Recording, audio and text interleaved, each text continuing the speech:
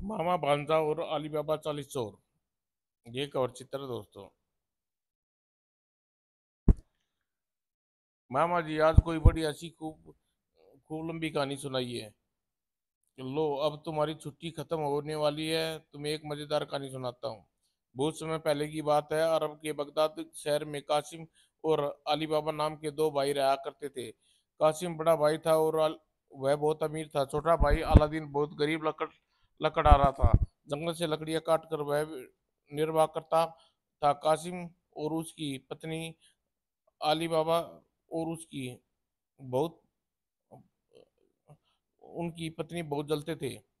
एक दिन जंगल में लकड़ियां काटते समय अली बाबा ने कुछ दूर घोड़ों दौड़ने की आवाज सुनी। या खुदा, लगता है चोर लुटेरे हैं। और वह डर के मारे एक पेड़ पर चढ़ गया। देखते देखते बहुत से घुड़सवार पहाड़ी के सामने आकर रुक गए। अली बाबा ने एक एक करके गिने, 40 थे। तभी उन चोरों ने सरदार ने एक चट्टान के सामने ऊंची आवाज में बोला, खुल जा सिम सिम। खुल जा सिम सिम कहते ही काली पहाड़ी का एक पत्थर धीरे धीरे सरक कर एक गुफा का दरवाजा दरवाजा खुल गया। और 40 के 40 चोर एक एक करके गुफा के अंदर चले गए और गुफा का दरवाजा बंद हो गया। पता नहीं नहीं अंदर क्या कर रहे हैं। बहुत देर हो गई दरवाजा बंद हुए, और थोड़ी ही देर में दरवाजा खुला और एक एक करके सभी चोर बाहर आने लगे। मैं फिर गिनती कर लूं, अंदर अंदर ही रह गया हो। ठीक है, सब बाहर आ गए हैं, आखिर भी आ गया आ रहा है। और गुफा का दरवाजा बंद हो जा हो गया। चोर चोर घोड़े पर सवार होकर धूल उड़ाते हुए वहां से चले गए। अली बाबा पेड़ के नीचे उतरा और गुफा के अंदर सामने आकर बोला, खुल जा सिम सिम। जैसे ही अली बाबा ने यह शब्द कहे, चट्टान का पत्थर सरकने लगा और गुफा का दरवाजा खुल गया। गुफा के अंदर जाकर देखा तो अली बाबा की आंखें फटी रह गई। सामने सोने की असरफियों के, चांदी के बर्तनों का ढेर, हीरे पन्ने, कीमती आभूषण, बड़े बड़े खजाने। कल्पना भी सपने में नहीं की थी। माल उसका नहीं लूट का माल, यह माल उसका नहीं। फिर इसे क्या क्यों न ले लूं। यह सोचकर अली बाबा ने वहां कुछ बड़े खाली बैग उठाए और उसमें सोने के आभूषण 80 रुपया भरने लगा। गरीब की सुन लिया आज अल्लाह ने। और अंदर अंदर से अब गुफा का दरवाजा बंद करके 80 रुपया भरे थैलों को लेकर वह चिल्लाया, खुल जा सिम सिम। और यह शब्द बोलते ही गुफा का दरवाजा खुल गया। और गुफा से बाहर आकर 80 रुपयों के भरे थैले अली बाबा ने अपने घोड़े पर लादे और जंगल में कटी हुई लकड़ियां का एक कट्ठा अपने घर की ओर चल दिया। घर पहुंचा तो अली बाबा की पत्नी लकड़ियों के नीचे निकली 80 रुपयों के थैली को देखकर दंग रह गई। या अल्लाह, मैं पागल हो जाऊंगी, इतनी 80 रुपया कहाँ से आ गई। अल्लाह के करम के बाद बताऊंगा, इन्हें पहले गिन लो या फिर तराजू में से तोल लो। कासिम के यहाँ से उधार उधार ले आओ। वहाँ कहाँ अभी लौटा देंगे। इतनी 80 रुपया गिनते हैं तो कई दिन लग जाएंगे, हम गरीब हैं, तराजू कहाँ से आया। कासिम की पत्नी तराजू दी और उन्हें पलड़े के नीचे गुड़ लगा दिया, देखने के लिए तराजू में क्या तोल रहे हैं। बहन, मैं अभी लौटा जाऊंगी। और थोड़े इसके खाने के दाने दाने नहीं, ये क्या तोलने लगे तराजू में। और अली बाबा और उसकी पत्नी से 80 रुपया तोली और खुजली से फूले न समाये। और 80 रुपया तोल कर अली बाबा की पत्नी जेठानी को तराजू लौटाने, लो बहन, धन्यवाद, बड़ी खुशी नजर आ रही है, जरूर कोई खास बात है। वो देवरानी के जाने के बाद कासिम ने अपनी पत्नी को त, पत्नी की तर, तराजू की तली देखी तो वहां गुड़ पर एक 80 रुपये चिपकी थी। हाय अल्लाह, इन जिन कनस्तर में आटा नहीं, खाने के दाने नहीं, हुआ तराजू 80 रुपया तोलते हैं। बड़े सेठ बन बनते हैं बड़े सेठ बनते हैं। कहते हैं शहर में मुझसे बड़ा कोई आदमी नहीं है। तुम तो घास काटी है आज तक। अली बाबा लकड़ियाँ काट कर मुश्किल से 2 वक्त की रोटी कमाता है। उसके बाद इतनी 80 रुपया कहाँ से आई, अभी पता करता हूँ। और कासिम अली बाबा के घर पहुंचा। तुम्हारे पास इतनी 80 रुपया कहाँ से आई, सच सच बताओ। बिगड़े बिगड़ क्यों रहे हो कासिम भाई, आराम से बैठो, बताता हूँ। और अली बाबा ने कासिम को खुलजा सिमसिम के खजाने की पूरी सच्चाई के बता डाली। अगले दिन कासिम 20 गधे लेकर वहां पहुंचा खुलजा सिमसिम। और जैसे ही कासिम ने खुलजा सिमसिम का दरवाजा खुल गया और कासिम गुफा के अंदर खुशी से पागल उसे थैलों में 80 रुपया भरने लगा। दिमाग खराब हो गया मेरा, केवल 20 गधे लेकर आया। 80 रुपया की थैली भर के कासिम ने गुफा का दरवाजे पर पहुंचा। कौन से शब्द है जिनके कहने से दरवाजा खुलता था, कुछ याद नहीं आ रहा। खुल जा समगम, हाँ यही था, खुल जा सरगम। अरे दरवाजा नहीं खुला, क्या शब्द हैं। खुल जा कुमकुम, खुल जा चमचम, खुल जा पम पम, खुल जा कुड़ खुल जा चमचम, खुल जा जमजम। अब भी नहीं खुला दरवाजा, इसका मतलब मैं यहाँ कैद हो गया। अरे कोई दरवाजा तोड़ कर बाहर निकालो। और वहां 40 चोर लौट आए गुफा के बाहर। गधे, लगता है किसी ने हमारे खजाने का पता चल गया, खुल जा सिम सिम। और चोर चोरों के पीछे मोर पड़ गया। इसे कत्ल करके दरवाजे पर लटका दो ताकि कोई आए तो उसे पता चल जाए यहाँ आने का क्या अंजाम होता है। उसी श्याम कासिम के घर नहीं पहुंचा तो उसकी पत्नी चिंतित हुई, अली बाबा के पास पहुंची। खुदा का भरोसा रुको भाभी, सुबह जाकर देखता हूँ। और अगले दिन अली बाबा वहां पहुंचा तो गुफा के अंदर कासिम की लाश पड़ी थी। मेरे मौला, क्या गजब हो गया। अलादीन ने दुखी मन से अपने भाई की लाश को एक बोरे में डाला और दूसरे बोरे में 80 रुपया भरी और लकड़ियों से दबा कर अपने घर आया।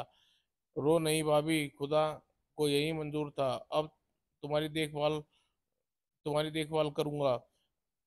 अब बड़ी समस्या यह है कि हमें मौत को कुदरती मौत कहना पड़ेगा। कासिम की हत्या हो गई है, यह बात छुपानी होगी। यह यह होगा कैसे। जालिमों ने कासिम के टुकड़े टुकड़े कर दिए हैं। मातम में आए लोग देखेंगे तो भेद खुल जाएगा। यह बात डाकुओं तक पहुंच जाएगी, हमारा पता ठिकाना मालूम हो जाएगा। इस समस्या का समाधान कासिम की नौकरानी मरीना के पास था। क्यों ना हम लाश के टुकड़े को मोची से सिलवा दें। बात तो सही है, पर मोची हमें पहचानता है। सामा ने मर्जीना की बुर्का पहनकर बाजार से निकल गई। यूसुफ चमड़े वाले सामान बनाने वाला। यूसुफ भाई, तुम्हारे घर के हालचाल, चमड़े की सिलाई का काम कर दोगे। हाँ जरूर कर देंगे। शर्त यही है कि तुम आंखों पर पट्टी बांध के ले जाऊंगी। बुर्का बुरके में पहना ही हुआ पहचान नहीं सकेगा कोई। तुम कौन हो, इसका मतलब आंख पे पट्टी बांध कर अपने घर का पता भी तुमसे छिपाना चाहती हो, यही समझ लो। इसके लिए तुम्हें दुगने पैसे दूंगी। दुगने पैसे मंजूर है। मर्जीना यूसुफ की आंखों पर पट्टी बांधी और उस सुनी गलियों से होती हुई अपने घर की ओर चल दी। और घर पहुंचकर मर्जीना ने यूसुफ की आंखों की पट्टी खोली। लाश को देखकर वह चौंका। यह चमड़ा सीलने की लिए लाई थी तुम मुझे। अब चमड़ा ही है या कुछ और? नहीं नहीं, मैं लाश को नहीं सीलूंगा। दुगने नहीं तिगने पैसे यूसुफ मियाँ, महीने भर की जूतियां काट कर इतना नहीं कमा सकोगे जितना मैं दूंगी। तिगने पैसे, चलो मान लेता हूँ तुम्हारी बात। और ठीक कह रही हो तुम, अब यह चमड़ा ही है। और लाश को छीलने के बाद मदीना ने यूसुफ की आंखों पर पट्टी बांध दी और उस को वापस दुकान की ओर ले चली। और अली बाबा ने यह खबर उड़ाई कि दिल धड़क धड़कन बंद होगी, कासिम की मृत्यु हो गई। शोक मनाने के लिए सगे संबंधी जमा हुए और कासिम के जनाजे पर कब्र में दफना दिया गया। उधर 40 चोर लुटेरे लूट मार करके गुफा पर लौटे तो वहां कासिम की लाश गायब थी। लाश को जमीन निकल गई या आसमान निकल गया। इसका मतलब उसका दूसरा साथी भी हमारी गुफा में खोलने का राज जानता जानता है, यहाँ आया और लाश ले गया। हमारा खजाना कम होता जा रहा है, हमें उस लुटेरे को पता लगाना होगा जो हमें लूट रहा है। आओ मेरे साथ चंगेज, चलो बहादुरों। और सरदार चंगेज ने भेष बदल कर कब्रिस्तान में पहुंचे। क्यों भाई, आज कल कल कल, कल कोई मुर्दा दफनाया है जी? नहीं। और उससे बाद उसने बगदाद के बाजारों में घूमकर पूछताछ शुरू कर दी। क्यों भाई, आजकल कोई कत्ल हुआ है? सुना है एक आदमी के टुकड़े टुकड़े कर दिए गए, कल सुना है तुमने? नहीं तो? इसका मतलब कत्ल छिपाने के लिए लाश दफनाने से पहले सिलाई की गई होगी। चलो चलो सामने दुकान पर पता करें।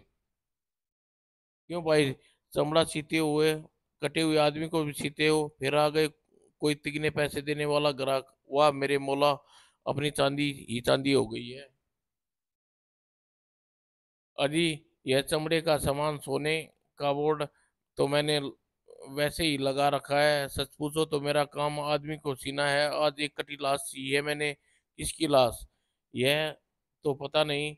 उसका घर का ठिकाना। एक लड़की मेरी आंखों पर पट्टी बांध कर अपने घर ले गई थी, वह बुर्का पहनी थी। लड़की को पहचानते हो? फिर उसके घर का पता कैसा लगे? मेरी आंखों पर पट्टी बांध दो, ले चलो, रास्ते में बता दूंगा और उसके घर पहुंचा दूंगा। तुम आंखों पर पट्टी बांध कर मुझे ले जाते रहे। और उसे घर से क्या लेना देना था? तुम्हारी कटी हुई लाश कहाँ है? तुम्हारी आंखों पर पट्टी बांध कर मुझे ले जाते रहे, पर हो, पर तुम्हें उस घर से क्या लेना देना? तुम्हारी कटी हुई लाश कहाँ है?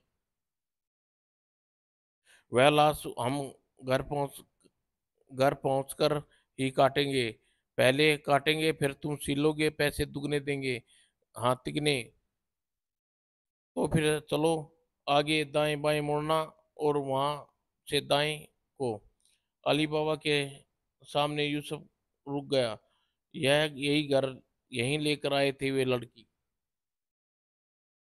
चोरों चोरों के सरदार ने तुरंत आगे बढ़कर अली बाबा के मकान पर कोयले से निशान लगा दिया। और फिर यूसुफ मियाँ को वापस उसकी दुकान पर ले आए और मुंह मांगे पैसे उसे दे दिए। क्या बात है, लाश सिलाई नहीं तुमने?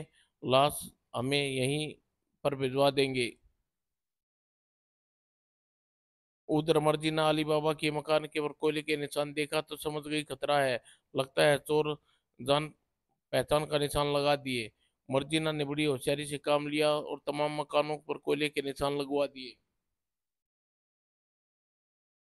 रात को अली बाबा की हत्या करने के लिए चोर आए। यह चूना लगा गया कोई चूना लगा गया सरदार, इतने कत्ल सभी घरों में एक जैसे निशान है। इसका मतलब जिससे पाला पड़ा है बहुत चालाक है।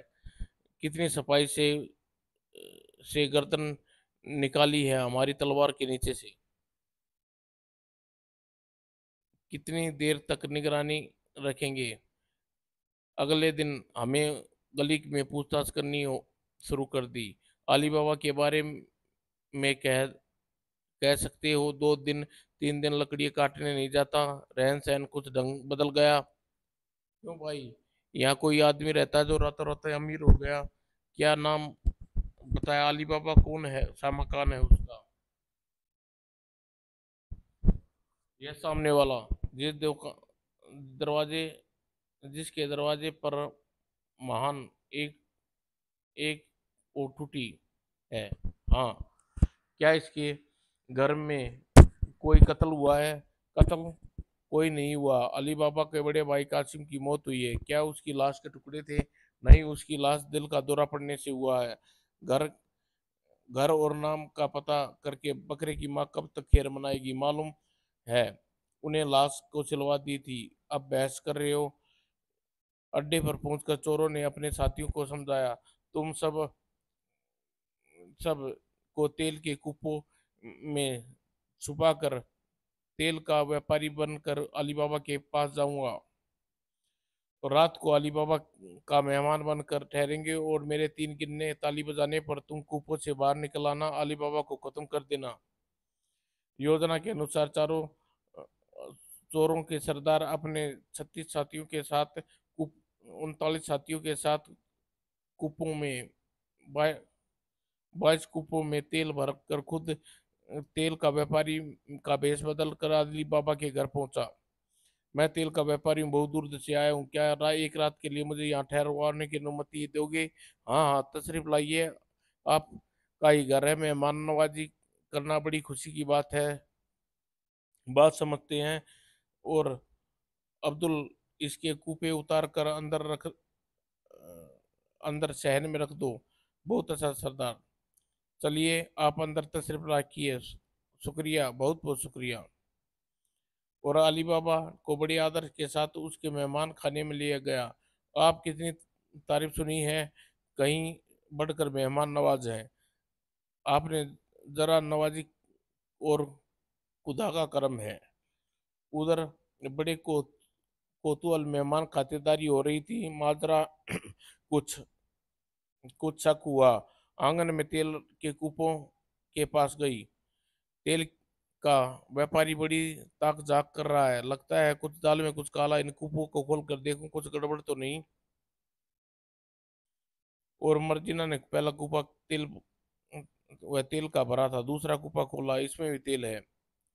मर्जिना ने 22 कूपे खोले, सब में तेल था।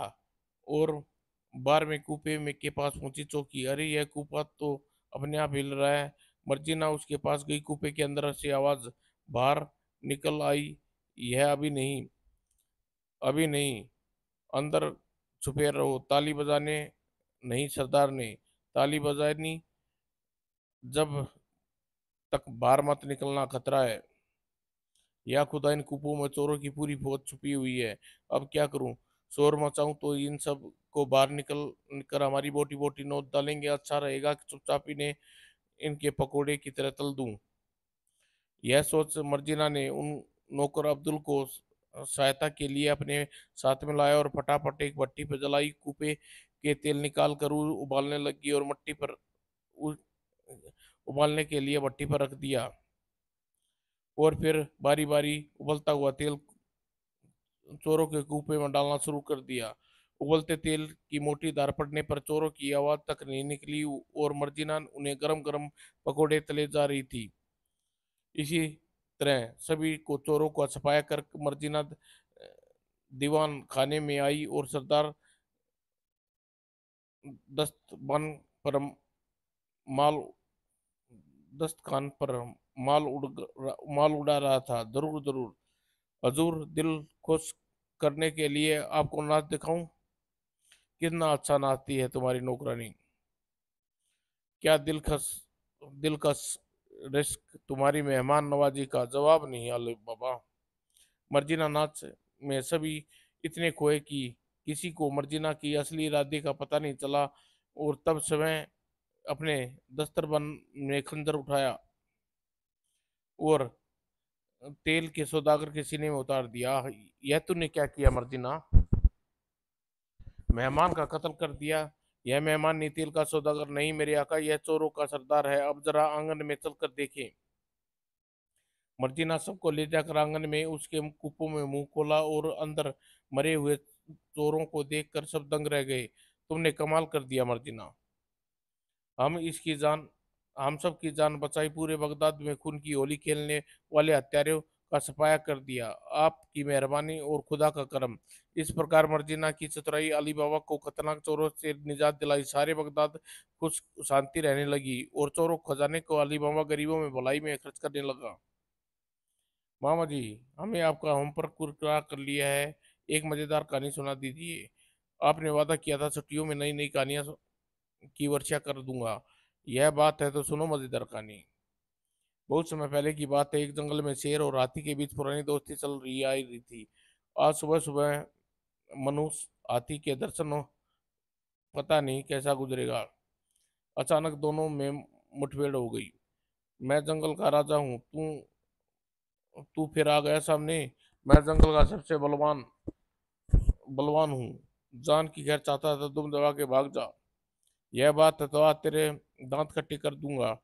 अरे अरे जा, मेरे दांत दांत मेरे पेट की आंत निकाल कर रख दूं देंगे।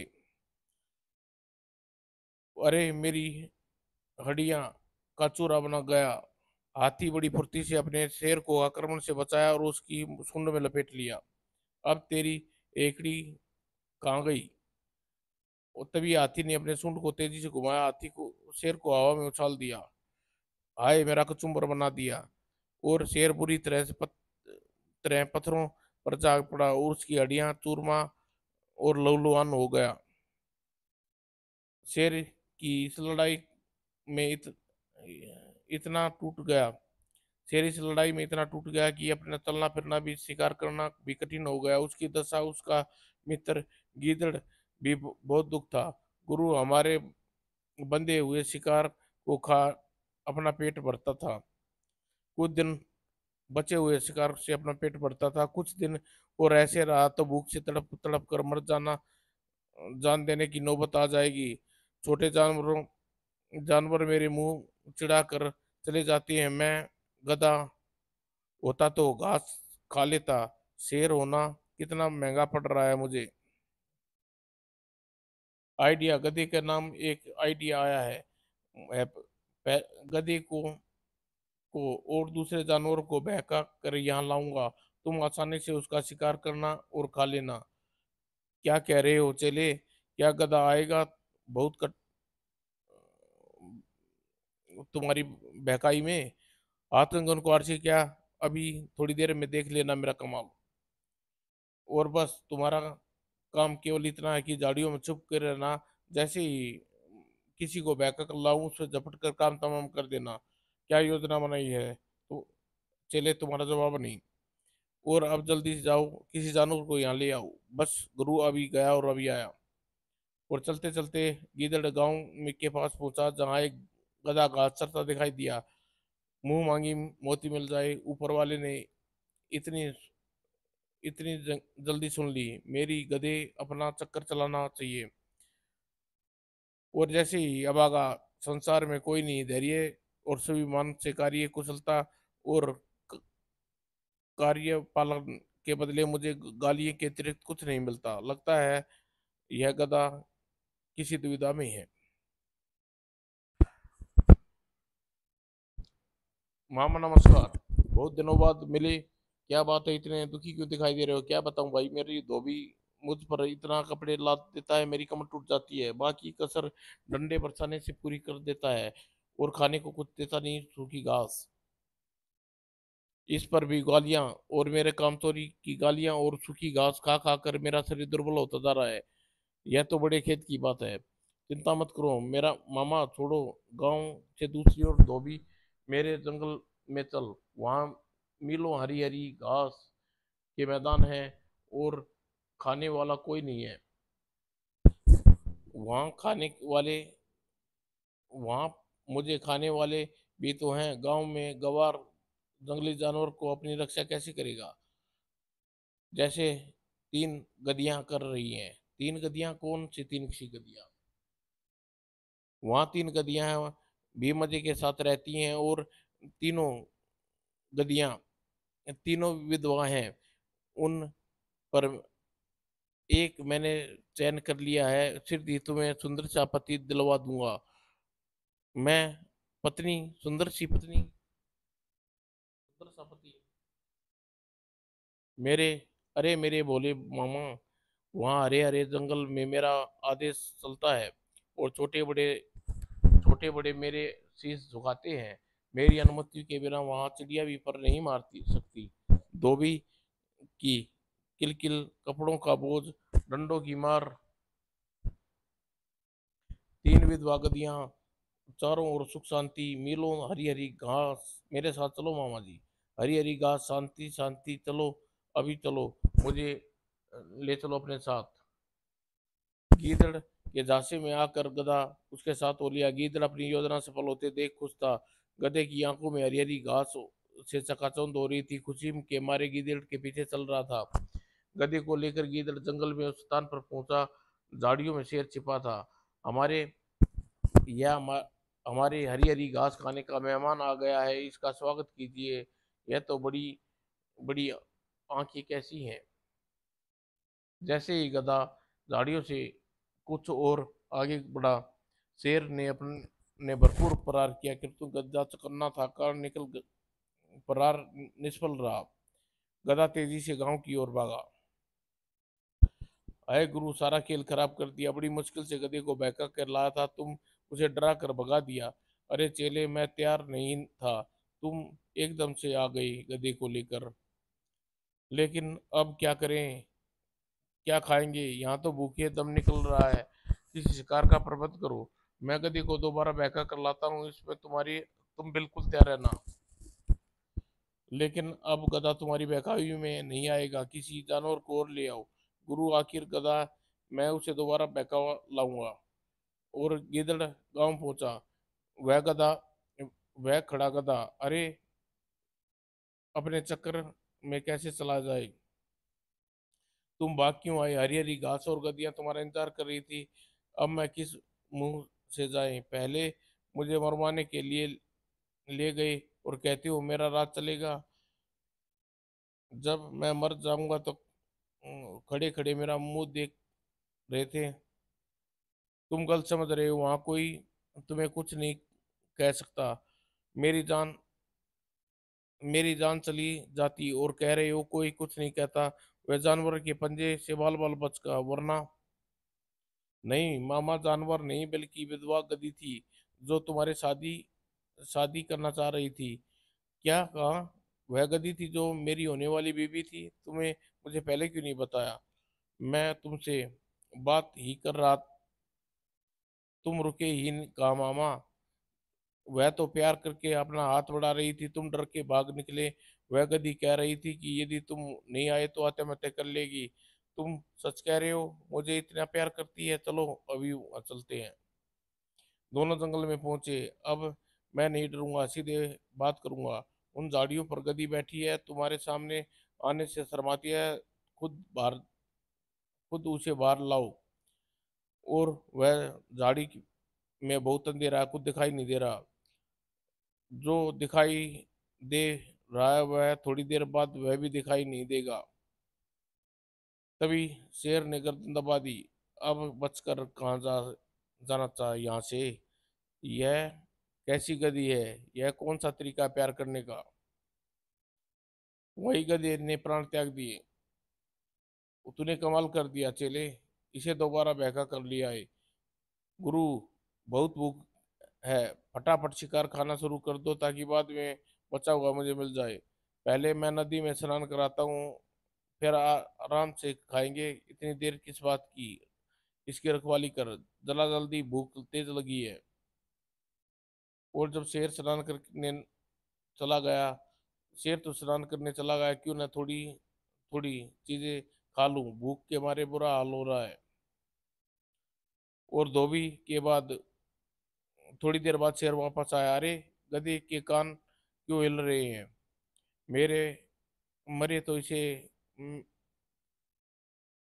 अरे, गधे के कान क्यों हिल हिल कहाँ कहाँ गया? मेरे म, मेरे से पहले तूने इसे खाना शुरू कर दिया। एक काम तो दिल एक काम दिल से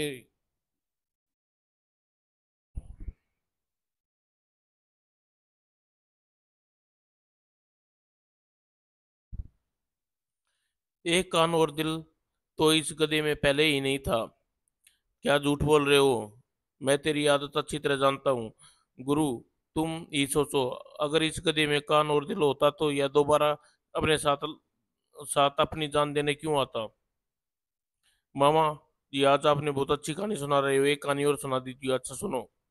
बहुत समय पहले की बात है, गंगा किनारे एक आश्रम था। वहाँ एक बहुत ही पहुंचा हुआ साधु रहते थे। वह बहुत प्रतिदिन शाम को प्रार्थना करते थे। एक दिन वह प्रार्थना कर रहे थे, तभी एक बाज के पंजों से छूटकर एक चिड़िया उसके हाथों में आ गिरी। अरे, यह चिड़िया तो मेरी हाथों में आकर बच गई, वरना बेचारी जमीन पर गिरकर मर जाती। और भगवान ने इसे प्राणों की रक्षा के लिए ही मेरे बाज से पंजों से छुड़ाकर जमीन पर गिरने की बजाय गिरने से बचा लिया। अगर मैंने इसी अवस्था में छोड़ दिया तो यह जरूर बिल्ली खा जाएगी, लेकिन भगवान मेरे पास सुरक्षा के लिए भेजा है। और इसी ख्याल में साधु ने भक्ति और सिद्धि से चिड़िया को एक लड़की में बदल दिया। अब इस लड़की को मैं अपने पास रखूंगा और इसकी शादी दुनिया में सबसे बड़े आदमी से करवाऊंगा। और अक- अगले अकेले तुम्हारा दिल नहीं लगता, इसलिए मैं तुम्हारे इस लड़की को लिए आया हूँ। इसे अपनी बेटी की तरह पालना। साधु इस लड़की को अपनी पत्नी के पास पहुंचा। चांद सी बेटी मिल गई, मुझे क्या चाहिए जी, इसको जी भर जान से पालूंगी। और दिन बीतते गए, लड़की बड़ी होने लगी। अब इसकी शादी किसी अच्छी तरह जगह करनी चाहिए, इसका जीवन सुख से गुजर जाए। बेटी, तू बहुत समझदार हो गई है, सारा घर का काम खुद ही कर लेती है, मुझे कुछ भी करने नहीं देती, यह तो मेरा फर्ज है। सुनते हो जी, मैं सोच रही हूँ अपनी बेटी की शादी जल्दी सी कर देनी चाहिए। मैं मैं भी अब यही चाहती हूँ, इसकी शादी के लिए कोई अच्छा वर तलाश कर दे। क्यों ना इसकी शादी सूर्य देवता से कर दूं, वह मेरी बात नहीं टालेगा। अपनी बेटी से ही पूछ लो, हम उसकी इच्छा के विरुद्ध कुछ नहीं करेंगे। और साधु अपनी शक्ति से सूर्य देवता को बुलाता है, तुम्हारी बात नहीं टाल सकता, लेकिन अपनी बेटी से पूछ लीजिए। ये सूर्य देवता, तुम हमारी बेटी से शादी करना चाहता हूँ। कहो बेटी, क्या तुम्हें सूर्य देवता पसंद है? इनके साथ तुम्हारा जीवन सुखमय रहेगा। नहीं पिताजी, में सूर्य देवता बहुत गर्म है, कोई हाथ नहीं लगा सकता, मैं इनसे शादी नहीं करूंगी। सूर्य देवता, तुमसे बड़ा कौन है दुनिया में? मैं उससे अपनी बेटी से शादी करूंगा। मुझसे बड़ा बादल है, जो मुझे छिपा लेता है और मेरा तेज किरणें को रोक देता है। साधु अपनी शक्ति से बादल को बुलाता है, कहिए महाराज, मुझे किस काम कार्य के लिए बुलाया है? मैं तुमसे अपनी बेटी की शादी करना चाहता हूँ। यह बादल बहुत गीला है, इससे शादी नहीं करूंगी। तुम बताओ बादल से, तुमसे बड़ा कौन है दुनिया में? मुझसे बड़ा पवन है, जो मुझे कहीं उड़ा ले जाता है और मैं कुछ नहीं कर सकता। साधु अपनी शक्ति से पवन को बुलाता है, बेटी तुम्हारी शादी पवन से कर दूं, बहुत शक्तिशाली है। नहीं पिताजी, मैं भगोड़े पवन से शादी नहीं करूंगी, यह जब चाहे भागता फिरता है। पवन, तुमसे बड़ा कौन है दुनिया में? मुझसे बड़ा है पर्वत, जो इतना बड़ा है कि मैं उसे हिला भी नहीं सकता और मुझे रोक लेता है। साधु ने अपनी शक्ति से पर्वत को बुला लेता है, कहिए महाराज, मैं आपकी क्या सेवा कर सकता हूँ? मैं तुम्हें अपनी बेटी से शादी करना चाहता हूँ। नहीं पिताजी, मैं पर्वत के साथ शादी नहीं करूंगी, यह कितना बड़ा है और रूखा और कठोर है। पर्वत, तुम बताओ तुमसे बड़ा कौन है दुनिया में? मुझसे बड़ा चूहा है, जो मेरे को खोद कर अपने बिल बना लेता है। चलो बेटी, तुम तुम तो कोई पसंद नहीं आया, अब आखिरी बार चूहे को बुला लेता हूँ। साधु ने चूहे को बुलाया, चूहा पसंद आया तुम्हें? हाँ पिताजी, मुझे यह यही पसंद है। इसी से मैं अपने इतने दिनों उसकी प्रतीक्षा कर रही थी। कहिए, मैं आपकी क्या सेवा कर सकता हूँ? मैं तो भूल ही गया था, यह लड़की भी तो चुईया ही थी, इसलिए इसे चूहे को पसंद किया। साधु ने अपनी शक्ति से लड़की को चुईया बना दिया और चुईया बहुत सुंदर थी। भगवान करे तुम दोनों सुख जीवन सुखपूर्ण व्यतीत हो। और साधु चूहे और चुईया की शादी करा दी। वाह वाह, बड़ी मजेदार, मन मजा आ गया कहानी सुनाते वक्त। मामा, कहानी सुनने में तुम्हें इतना चाव है कि मनोरंजन और शिक्षाप्रद कहानी सुनो। बहुत समय पहले की बात है कि गांव में एक तेज नाम का एक पंडित रहता था। पंडित जी पत्नी एक पुत्र को जन्म दिया और उसके घर से बाहर आ गई। और दोनों पति पत्नी बच्चे को निहारते और खुशी से झूमते उठे। और बाद बादशाह बादशाह राजा को देखकर भगवान संसार के सभी दरवाजे खजाने दे दिए। हमारे नाम चारों हमारे नाम चार चांद लगाकर बड़ा होकर और रजवानों के घर जाकर तुम राजा बेटे के साथ खेलेंगे। मे-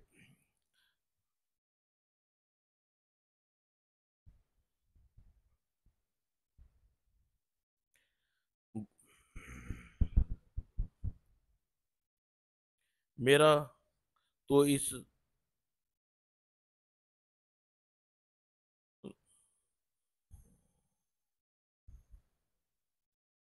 मेरा तो इस अलग होने का दिल ही नहीं करता। घर का सारा कामकाज अधूरा पड़ा रहता है। पंडित जी घर से बाहर निकले और उन्हें एक बार अब जागता हुआ नेवला का बच्चा दिखाई दिया। यह नेवले का जोड़ा रहता है, उसे बच्चा इसने बच्चा दे दिया, हम उसे पाल कर यह राजा बेटा के साथ खेला करेगा। और यह सोचकर पंडित जी नेवले के बच्चे को घर ले आए। यह क्या, नेवले का बच्चा? इस इस जोड़े ने दिया है। घर के सामने वाले पेड़ के नीचे रहता था। मैंने सोचा इसे पाल लें। यह राजा बेटे से हिल मिल जाएगा और बेटा बड़ा हो जाएगा तो इसके साथ खेला करेगा। ठीक सोचा आपने, अपने बच्चे की तरह पालेंगे। और राजा बेटे को एक भाई मिल गया और हमें एक बेटा। इसे भूख लगी होगी, लाओ इसे थोड़ा दूध पिला दूं। कितना सुंदर है राजा बेटा, एकदम हिल मिल गया। और इस प्रकार नेवली का बच्चा पंडित के घर पलने लगा और अपने घर के सदस्य ही पंडित की पत्नी पालन पोषण उसे चाव से करने लगी और जिस चाव से अपने राजा बेटा को पालता करती थी। तुमने गाना सुनाऊं, तुम्हें नाच दिखाऊं, मन मन प्रसन्न करेगा। राजा की आएगी बारात, रंगेली होगी रात, मगन में नाचूंगा, मगन में नाचूंगा। और नेवले के बच्चे जैसे जैसे बड़े होने लगे, राजा बेटा उसके स्नेह उतना ही बढ़ता गया। मेरा भैया, मेरा प्यारा भैया, चांद सा दुलारा भैया बड़ा हो रहा है, उतने तू उतने का उतना ही है।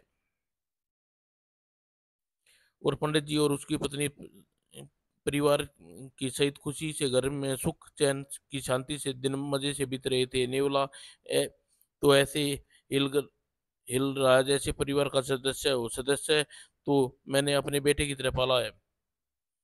और इतने समय से बेटे की तरह पालने पर मां मन में एक शंका कांटों की तरह चुभती थी।